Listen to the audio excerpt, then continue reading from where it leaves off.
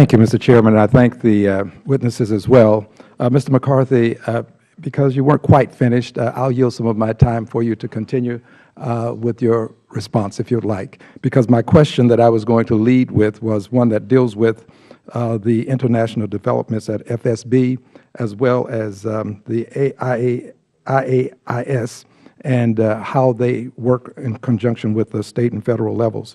So can you continue, please? Just to be clear, you're talking about the Financial Stability Board, the FSB? Yes. Yeah. Well, we do have some concerns from state regulators' perspective about the FSB, since the FSB is really comprised of largely people who have a bank-centric view. We do have our U.S. representatives, and we feel very comfortable that they represent the U.S. position.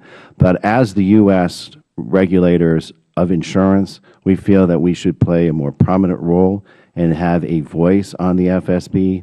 Our concern is that oftentimes the principals of the FSB view the insurance through the prism of banking, and we know there's a very different business model for banking and insurance, and that it would be very problematic for the insurance industry for us to have superimposed on us a regulatory regime that is capital-based, in bank-centric.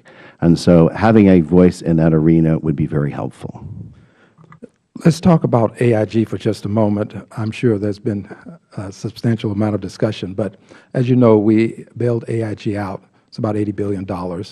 And also proud to announce that the government has been successful in collecting, which is a good thing.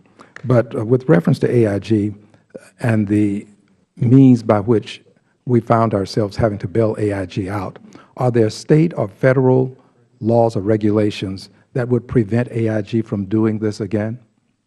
I don't think there has been any more of a studied case study than ever been done in the history of the financial sectors than has been done on AIG. And I have had opportunity to discuss this with my colleagues across the different financial sectors.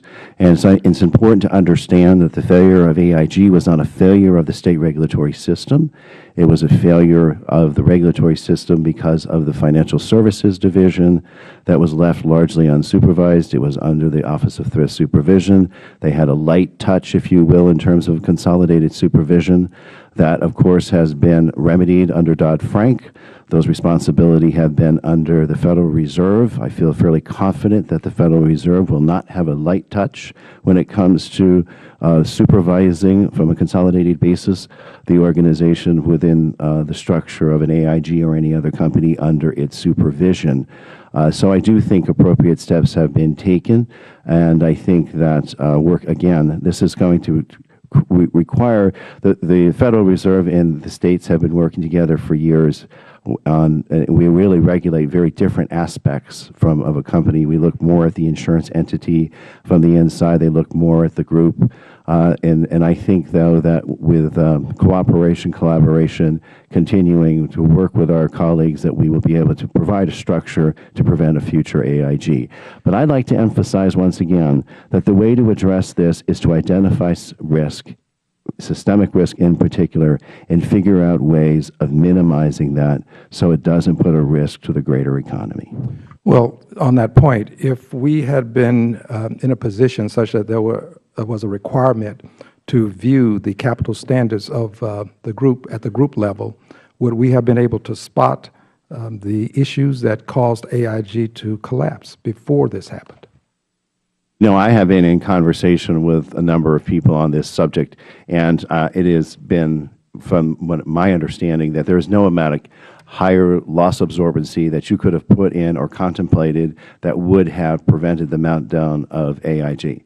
It was not a matter of insufficient capital or an overlay of capital. It was a matter of supervision and quality supervision and identifying the risk and finding out ways to deleveraging that risk. With my 15 seconds that are left, let me see if someone else would like to comment. I'll just comment briefly that I think Commissioner McCarty has identified correctly the main tool that is now available to deal with an AIG problem going forward, and that is the FSOC has the ability to designate any systemically important non-bank financial firm and to hand them to the Federal Reserve to provide consolidated supervision and regulation of the entire group. And I think that is probably the most targeted tool that Congress has now developed to prevent a recurrence of an AIG-style event. Thank you, Mr. Chairman. I yield back.